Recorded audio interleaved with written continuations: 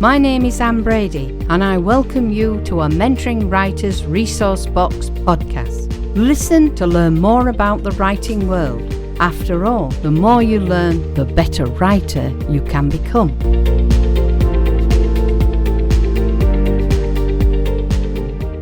Most writers are well aware that in reality, writing is a serious job.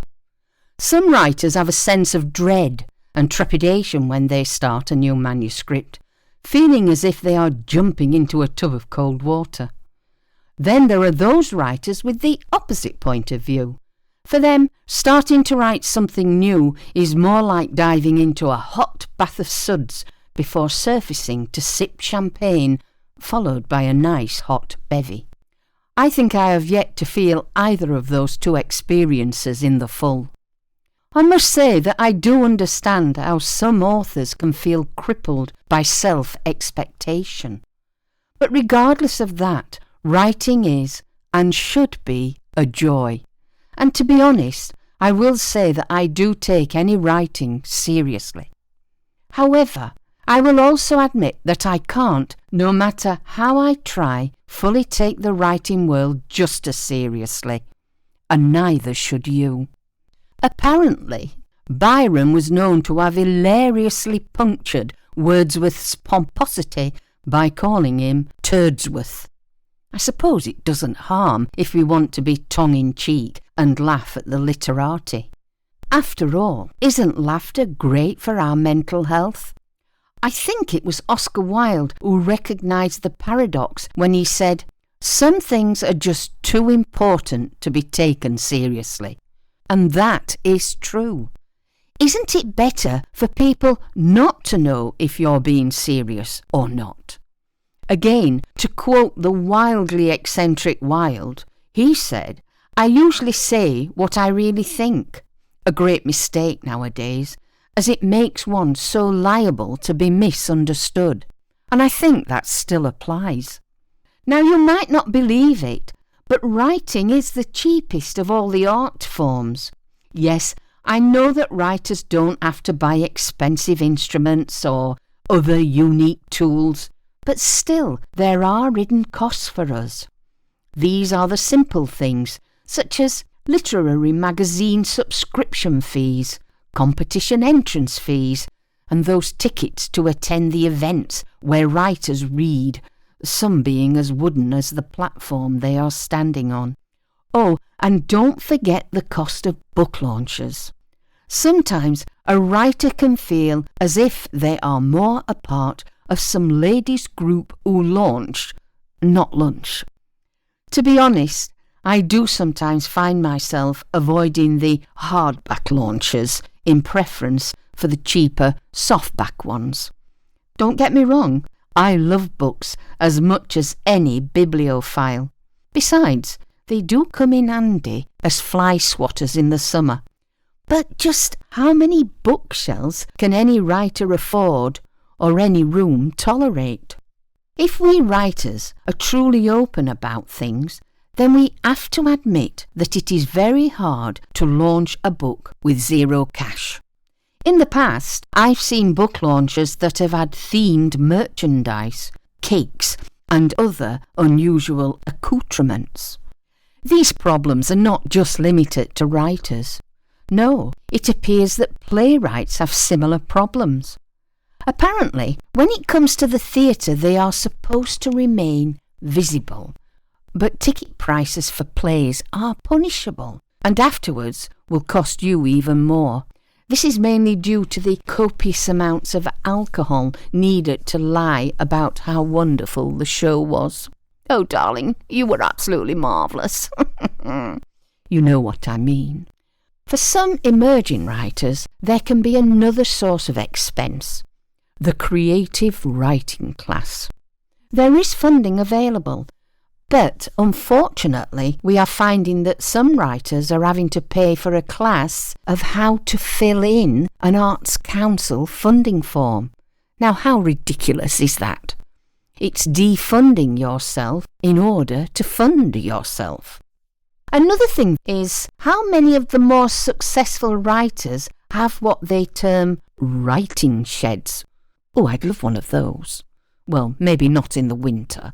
Of course, don't they know the rest of us lowlier writers actually live in sheds? One of the main things writers must suffer, or at the very least get used to, is living with rejection. I know, you don't like that word. I don't think anybody does. I sometimes think that many writers could have rewritten something like Poor Fellow My Country by Xavier Herbert during the time they wasted and waited for a result from literary agents and or publishers. Submitting a manuscript is as time-consuming as a writing job application. Sometimes you feel as if you should just throw that manuscript into one of those soul-sucking black holes up there in the universe. You might get more response. One of the worst things about submitting to an agency is that big agencies ask you to look through their agents to find a good match for your work. This means you have to scroll through rambling lists of books they want you to emulate. I have known an agency request an elevator pitch almost as if the writer was writing a Hollywood movie. If you take into account that most of the big agencies and publishers do have marketing departments the size of a large city, then I ask, why aren't they taking care of this side of things?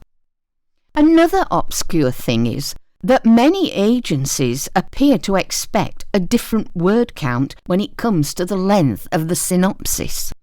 Is it that they deliberately enjoy torturing us writers? And of course, we come to their ridiculous response of, this is not quite right for our list. What list is that? The list in your dreams that has celebrities on it. The only people you'd really like to represent, maybe? I had an author friend who was asked by a publisher to read their commissioning instructions, which was long and tedious, about the underrepresented writers they were hoping to support. Now, as a woman, she was a perfect candidate for them. Mind you, we were surprised to discover that she, being from a global minority, people of ginger, were not to be included. Yes, I am being sarcastic here, just in case you're wondering. But it does become frustrating sometimes. Recently, a publisher told another author friend, we might be putting our next submission call out sometime in 2024. It's not decided as yet. However, in the meantime, please feel free to buy any of our books. Wow. Her comment to me was, if I had to buy a book for every prospective publisher I approached, then I would need somewhere the size of the British Library to house them all. Talk about promoting oneself. In truth, newbie writers must be aware that the majority of literary giants I've come across have usually been headhunted by agents and have then been retained by the same publisher for years. Perhaps that's why many have lived to the ripe age of 90, whilst the rest of us are racked with psychic ailments. When it comes to publishing, I must admit to loving small presses, mainly because they have always been supportive of the authors I work with. Also because they are competing with the big guys, they are more sensitive to their writers. Don't forget that for any success in literature, marketing is everything. There is one thing I have learnt, and that is that the huge reputations of fated writers is as fictional as the fiction they write. Remember, some great writers never win anything at all. The only books that sell themselves are great ones. The late Charles Bukowski once told an interviewer, insult me a little bit, pour some salt on me, make me dangerous, help sell my books. Bukowski, wanting to generate some drama, had, with the prior agreement of his wife, staged an interview. During this, he kicked her off the sofa. Now, I would never advocate violence of any kind, but it had the desired effect he wanted. and was certainly a more colourful approach than the more diplomatic one of modern writers.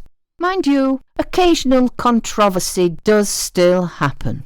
In 2021, Jeanette Winterston decided to stage a protest by burning some of her books. I think this was against the cosy little domestic blurbs her publisher, Penguin, had included on her book jackets. It proved to be a very clever publicity stunt, helping to increase sales of the books. But, more importantly, it was a timely criticism of the blandness of literature. What amused many of the authors was that it also highlighted the freedom of them being with an indie press. Perhaps it amused them because in some cases, although not all, they get, unlike Jeanette, to write their own blurbs. Don't we wish we could all do that? If you need help with any aspect of your writing, are interested in the other services we offer, or would like to chat with a mentor, then please check out our website. Or why not email us, contact@mentoringwriters.co.uk, and we will endeavour to assist you in your writing journey. Happy writing, folks! This was Anne Brady bringing you a Mentoring Writers Resource Box podcast. Thank you for listening, and we hope you will join us again.